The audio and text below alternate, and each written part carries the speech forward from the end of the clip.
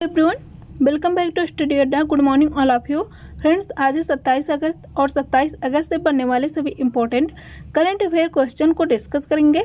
Question से related fact बताए जाएंगे। वीडियो के लास्ट में आपसे क्वेश्चन भी पूछा जाएगा जिसका उत्तर आपको कमेंट बॉक्स में देना है। जो लोग चैनल पर नए हैं, वीडियो को पहली बार वॉच करें, चैनल को सब्सक्राइब कर लीजिए, बेल आइकन को भी प्रेस करके रखिएगा जिससे लेटेस्ट वीडियो का नोटिफिकेशन आपको मिल सके और आप वीडियो को तुरंत वॉच कर सके। ज़्यादा से ज़्यादा लोगों तक प्लीज़ वीडियो को शेयर कीजिए और वीडियो पसंद आए तो वीडियो को लाइक भी कीजिएगा। देखते हैं कल के प्रश्न को। कल का प्रश्न क्या है? अभी हाल ही में भारतीय अश्व अनुसंधान केंद्र कहाँ पर हलारी नस्ल के गधी की डेयरी स्थापित करने जा रहा है? तो ऑप्शन बी इस क्वेश्चन में सही है। हरियाणा में भारत का पहला हलारी नस्ल के गधी की डेयरी स्थापित किया जा रहा है और ये भारत का पहला किसी राज्य में स्थापित होने वाला डेयरी है। ऐसा भी क्वेश्चन पूछा जा सकता है कि हलारी नस्ल की जो गधी है ये कहाँ पर पाई जाती है? तो याद रखिएगा ये गुजरात में पाई जाती है। इस तरह से भी क्वेश्चन पूछा जा सकता है। आज के पहले प्रश्न को देखते हैं। पहला प्रश्न क्या है? अभी हाल ही में भारत और ऑस्ट्रेलिया ने किस देश के साथ मिलकर सप्लाई चेन रेजिलेंस इनिशिएटिव पहल की शुरुआत की है? Option A Japan, B America, C New Zealand, D दक्षिण अफ्रीका। तो ऑप्शन ए इस क्वेश्चन में सही है। अभी हाल ही में भारत और ऑस्ट्रेलिया ने जापान के साथ मिलकर के सप्लाई चेन रेजिलेंस इनिशिएटिव पहल की शुरुआत की है। इसका उद्देश्य क्या है? तो इसका उद्देश्य है चीन पर निर्भरता को कम करना और इसे सर्वप्रथम जापान द्वारा प्रस्तावित किया गया था। नेक्स्ट प्रश्न को देखते हैं। नेक्स्ट प्रश्न क्या है? अभी हाल ही में रेलगेयर हेल्थ इंश्योरेंस का नाम बदल करके क्या रखा गया है? Option A Ayush health insurance, B care health insurance, C Shakti health insurance, D India care health insurance. तो इसका नाम बदल करके अभी हाल ही में केयर हेल्थ इंश्योरेंस कर दिया गया है। ऑप्शन बी इस क्वेश्चन में सही है। और रेलगेयर हेल्थ इंश्योरेंस का हेडक्वार्टर कहाँ पे है? तो ये याद रखिएगा गुड़गांव में है। गुड़गांव में इसका हेडक्वार्टर है। नेक्स्ट क्वेश्चन को देखते हैं। नेक्स्ट प्रश्न क्या है? अभी हाल ही में यूनियन कैबिनेट ने कितने हवाई अड्डों के पुनर्विकास की मंजूरी दी है? Option A 3, B 2, C 5, D 7। तो ये दिया है 3 हवाई अड्डों के पुनर्विकास की मंजूरी यूनियन कैबिनेट ने। और वो 3 हवाई अड्डे कौन कौन से हैं? तो जयपुर हवाई अड्डा, गुवाहाटी हवाई अड्डा और तिरुवनंतपुरम हवाई अड्डा। तो ये भी याद रखिएगा। नेक्स्ट देखते हैं। अभी हाल ही में किसे नए निर्वाचन आयुक्त के रूप में नियुक्त किया गया है? Option A Ashok Lavasa, B Rajiv Kumar, C Rajiv Chaudhary, D Ashish Bhatia.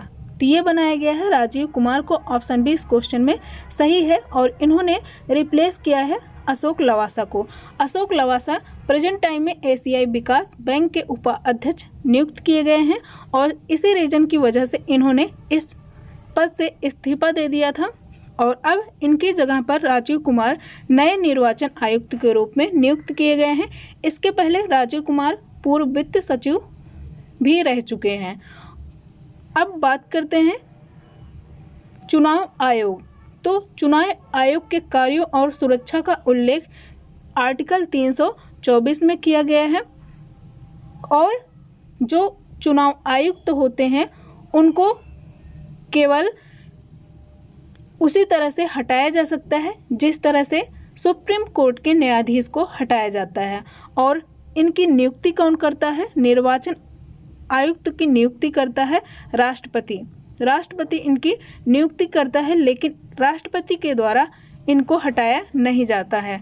इनको हटाया नहीं जा सकता है। ये वैसे ही हटाए जाते हैं जैसे कि सुप्रीम कोर्ट के न्यायाधीश हटाए जाते हैं। तो ये भी याद रखिएगा। नेक्स्ट इम्पोर्टेंट क्वेश्चन को देखते हैं। अभी हाल ही में किस मंत्रालय ने Tribes India on Wheels mobile van की शुरुआत की है? ऑप्शन ए प्रसारण मंत्रालय, बी रक्षा मंत्रालय, सी जनजातीय मामलों के मंत्रालय, डी आयुष मंत्रालय। तो ये किया है जनजातीय मामलों के मंत्रालय ने। ऑप्शन सी इस क्वेश्चन में सही है। अभी हाल ही में Tribes India on Wheels mobile van की शुरुआत जनजातीय मामलों के मंत्रालय के द्वारा किया गया है। क्या है ये? तो ये इस बैन की शुरुआत देश के कितने शहरों में की गई है, ये भी जान लेते हैं। तो 31 शहरों में इस बैन की शुरुआत की गई है और इसके द्वारा इसका उद्देश्य क्या होगा, ग्रामीण क्षेत्रों में रहने वाले ट्राइबल लोगों को इससे मदद मिलेगी। तो ये याद रखिएगा, ऑप्शन सी इस क्वेश्चन में सही है। बहुत ही इंपॉर्टेंट प्रश्नों की ये सीरीज चल रही है। फ्रेंड्स, ज़्यादा से ज़्यादा लोगों तक प्लीज़ वीडियो को शेयर कीजिए और जो लोग चैनल पर नए हैं, जिन लोगों ने अभी तक चैनल को सब्सक्राइब नहीं किया है तो चैनल को भी सब्सक्राइब कर लीजिए और वीडियो अच्छी लग रही हो, मेहनत अच्छी लग रही हो तो प्लीज़ वीडियो को लाइक भी कीजिएगा। देखते हैं नेक्स्ट प्रश्न को। नेक्स्ट प्रश्न क्या है, अभी हाल में संसद का मानसून सत्र कब से शुरू किया जाएगा? ऑप्शन ए 1 सितंबर से, बी 14 सितंबर से, सी 1 अक्टूबर से, डी 5 नवंबर से। तो ये शुरू किया जाएगा, संसद का जो मानसून सत्र होगा वो 14 सितंबर से शुरू किया जा रहा है, शुरू किया जाएगा। ऑप्शन बी इस क्वेश्चन में सही है। और कब तक चलेगा, तो ये 1 अक्टूबर तक चलेगा। 14 सितंबर से शुरू करके 1 अक्टूबर तक ये चलेगा और ये 18 दिवसीय सत्र होगा और ये रोज़ाना चलने वाला सत्र होगा। किसी दिन भी छुट्टी नहीं ली जाएगी, किसी भी दिन छुट्टी नहीं रहेगी। एक सदन की कार्रवाई सुबह के टाइम पे होगा और दूसरी शाम में सदन की कार्रवाई चलेगी। तो ये भी याद रखिएगा। नेक्स्ट देखते हैं, अभी हाल ही में नीलकंठ भानुप्रकाश दुनिया के सबसे तेज मानव कैलकुलेटर बन गए हैं। इनका संबंध किस राज्य से है? Option A Chandigarh, B Lucknow, C Bengaluru, D Hyderabad. तो इनका संबंध है हैदराबाद राज्य से। हैदराबाद आंध्र प्रदेश की राजधानी है और यहीं से है नीलकंठ भानुप्रकाश और ये दुनिया के सबसे तेज मानव कैलकुलेटर बन गए हैं और इन्हें इसके लिए गोल्ड मेडल भी दिया गया है। हैदराबाद में इनका जन्म हुआ है और ये हैदराबाद से बिलोंग करते हैं।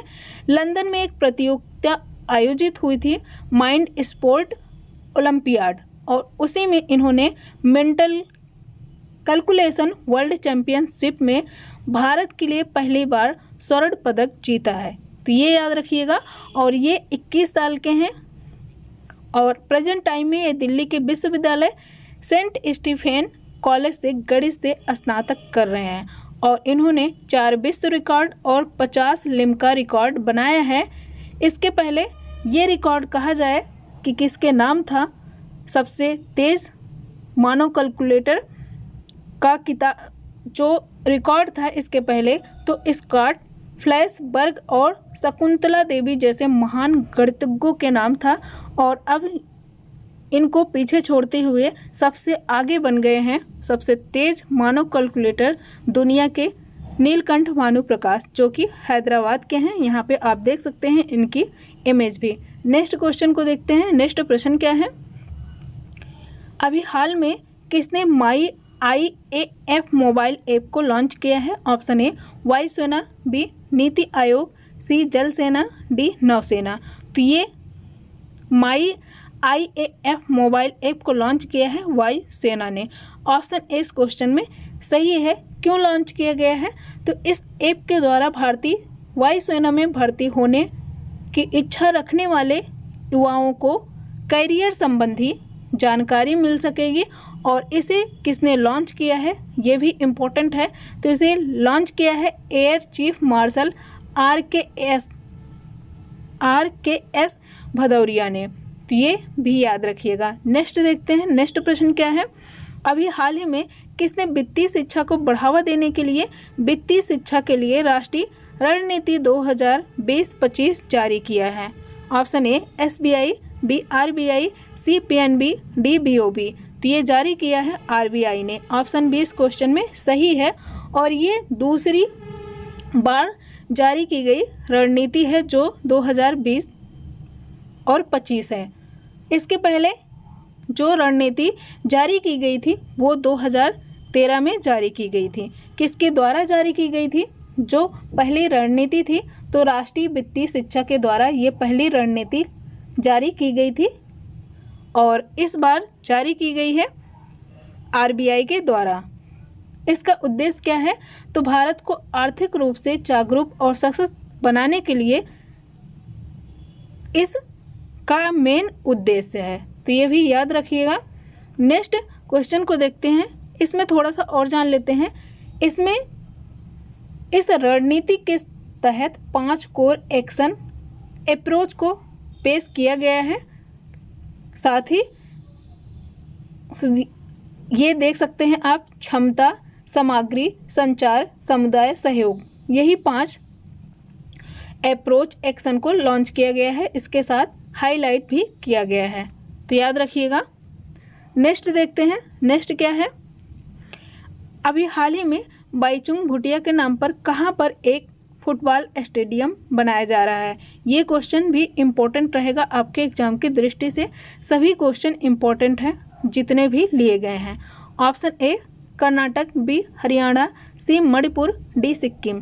तो ये किया जा रहा है सिक्किम में। सिक्किम के नामची बरवा, नामची एक स्थान है सिक्किम में, वहीं पर इस स्टेडियम को शुरू किया जा रहा है, बनाया जा रहा है।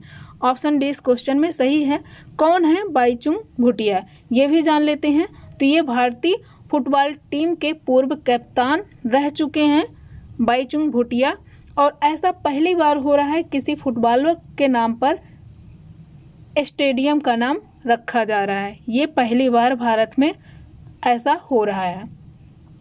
और ये जो बाईचुंग भूटिया हैं, इन्होंने 1995 में इन्होंने भारतीय सीनियर फुटबॉल टीम में शुरुआत की थी, और इन्हें 2011 में इन्होंने फुटबॉल से संन्यास ले लिया था, और 1998 में इन्होंने अर्जुन अवार्ड जीता था, और 2008 में इन्हें पद्म श्री सम्मान से भी सम्मानित किया गया था। किसे?